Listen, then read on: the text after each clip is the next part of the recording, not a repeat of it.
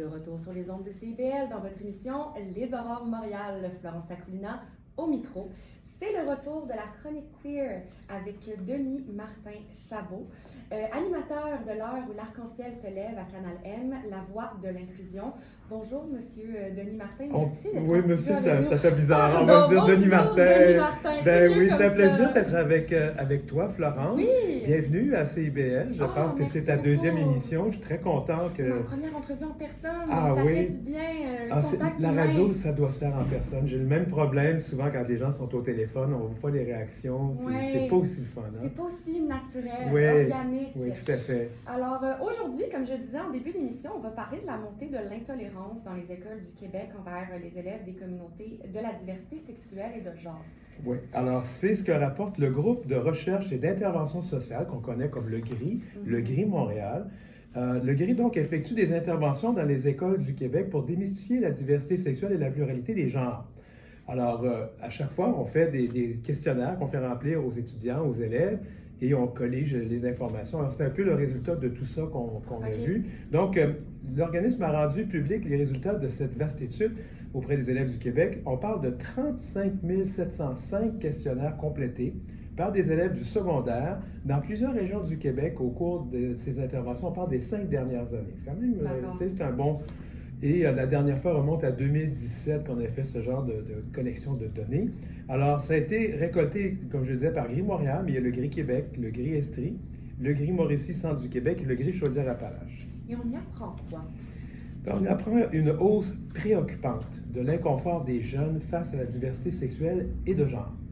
Entre 2017, la dernière fois qu'on a colligé ces données, et 2024, le niveau de malaise des jeunes face à l'homosexualité de leur meilleur ami ou meilleur ami a doublé. Par exemple, il est passé de 15,2% à 33,8% pour une amie lesbienne et de 24,7 à 40,4 pour un ami gay. 4 sur 10, c'est beaucoup là. Cette hausse particulièrement prononcée durant l'année scolaire 21-22 est observable chez les élèves, peu importe leur âge, leur genre, leur religiosité ou la localisation de leur école.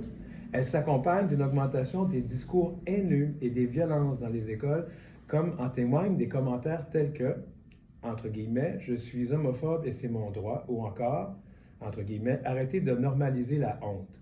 Le constat, donc, est sans équivoque. C'est la première fois depuis qu'il a commencé à recueillir ces données, il y a 30 ans, que l'organisme observe un recul des attitudes chez les jeunes face à la diversité sexuelle. Et ce sont des données par rapport aux personnes trans ou aux personnes non-binaires? Il n'y en a pas pour le moment, elles n'ont pas été colligées. Marie Ouzo, qui est la directrice générale du GRI Montréal, explique qu'il y a moins de données sur les attitudes envers les personnes trans et personnes non-binaires. Il y a l'analyse de ces données-là qui est en cours. On peut par contre déjà affirmer que là aussi, il y aura une hausse de l'intolérance. Et que dit la recherche sur la parentalité pour les personnes LGBTQIA+. Oui, puis moi je dis même 2E pour les deux esprits, LGBTQIA+. Oui. Alors on s'habitue, c'est beaucoup de lettres, mais bon, on peut dire la diversité sexuelle et de genre. Les données recueillies par le GRI Montréal montrent que 2 fois plus d'élèves québécois sont mal à l'aise aujourd'hui qu'ils ne l'étaient en 2017 devant l'affirmation que 2 hommes en couple ont le droit de fonder une famille et d'élever des enfants et que ce niveau de malaise des jeunes face à la lesboparentalité a triplé durant les dernières années.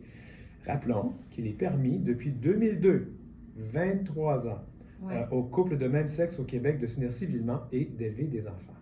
Et moi, j'aimerais donc savoir comment est-ce qu'on explique ce recul? Bien, il y a beaucoup de choses. Alors, c'est sûr qu'on peut pointer les réseaux sociaux qui contribuent beaucoup à la polarisation des attitudes. Il y a cette polarisation des attitudes qui existe et la montée des discours masculinistes. On ne va pas les nommer, mais on sait de qui je parle ici. Je vous rappelle aussi, tout le monde, que Meta ne fera plus de vérification de faits ni de modération. Alors, on a appris que la firme du multimilliardaire Mark Zuckerberg va économiser à peu près 500 millions de dollars avec ça. J'imagine que quand on est milliardaire, un autre 500 millions, c'est important. Alors, lui, permettra aux gens de dire, parce que c'est des documents qui sont sortis, qu'être membre de la diversité sexuelle et d'une pluralité de genre, c'est une maladie mentale, il n'y aura pas de problème. Encore une fois, je vais rappeler certains faits. Le DSM-5, c'est le manuel diagnostique et statistique des troubles mentaux, c'est basé aux États-Unis, c'est la référence internationale, a retiré l'homosexualité comme maladie mentale en 1973. Je pense que Florence, tu n'étais pas au monde dans ce temps-là. Non, j'étais pas au monde, effectivement. Moi, j'étais très jeune. Hein? Et que l'ONU aussi a retiré l'homosexualité comme maladie en 1991. D'ailleurs, c'était un 17 mai, de là la journée mondiale de lutte contre l'homophobie et la transphobie. Et il faut dire aussi que tout ce qui s'appelle dysphorie de genre a aussi été retiré comme maladie mentale, mais c'est plus récent. On peut ajouter aussi que les politiques qui cristallisent la haine contre les minorités. Hein? On peut penser à Donald Trump, qui en a encore remis hier, en disant que par décret, qu'il y a seulement deux genres, hommes et femmes, et qu'il a mis de côté les politiques d'équité, diversité et inclusion. Et ça, c'est au sud de la frontière. Mais même ici au Canada, je rappelle que la première ministre Danielle Smith et de l'Alberta et Scott Moe de la Saskatchewan ont adopté des politiques anti-trans, très anti-trans au cours de la dernière année ou des 2 dernières années. Puis je pense qu'on ne peut pas passer sous silence le commentariat d'extrême droite qu'on retrouve dans certaines radios poubelles. Je vais me garder une petite gêne, je ne les nommerai pas, mais on sait de qui on parle ici. Qu'est-ce qu'on peut faire pour contrer ça? Ben, c'est vraiment compliqué. Alors, dans le cadre du colloque annuel de la Table nationale de lutte contre l'homophobie et la transphobie des réseaux d'éducation, le GRI Montréal et la Fédération des comités de parents du Québec ont mis leur voix pour examiner de l'action.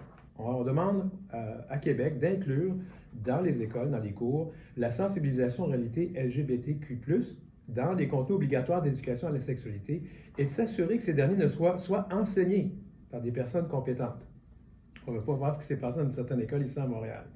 Malheureusement, ajoute-t-elle, les chiffres sont sans équivoques et appellent à une prise de conscience et à des actions immédiates afin de préserver les acquis.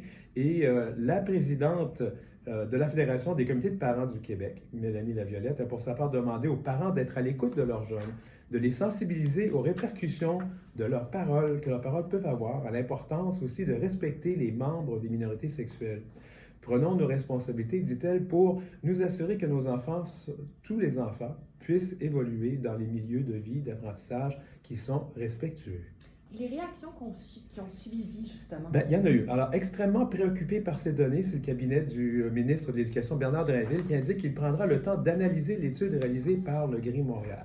Ce qui est certain, c'est que des gestes d'intolérance n'ont aucunement leur place dans nos écoles. Jamais on ne doit accepter ça, plaît-il, rappelant qu'il a déposé un plan de lutte contre la violence et l'intimidation en milieu scolaire. Alors, encore faut-il qu'il soit mis en charge, ou en fait en fonction. Le cabinet de la ministre responsable de la condition féminine, Martine Biron, qui est également chargée de la lutte contre l'homophobie et la transphobie, s'est dite préoccupée par cette montée de l'intolérance dans nos écoles, d'autant plus que le gouvernement a annoncé en décembre 2023 un investissement de 24,7 millions de dollars sur 5 ans dans la lutte contre l'homophobie et la transphobie dans la province.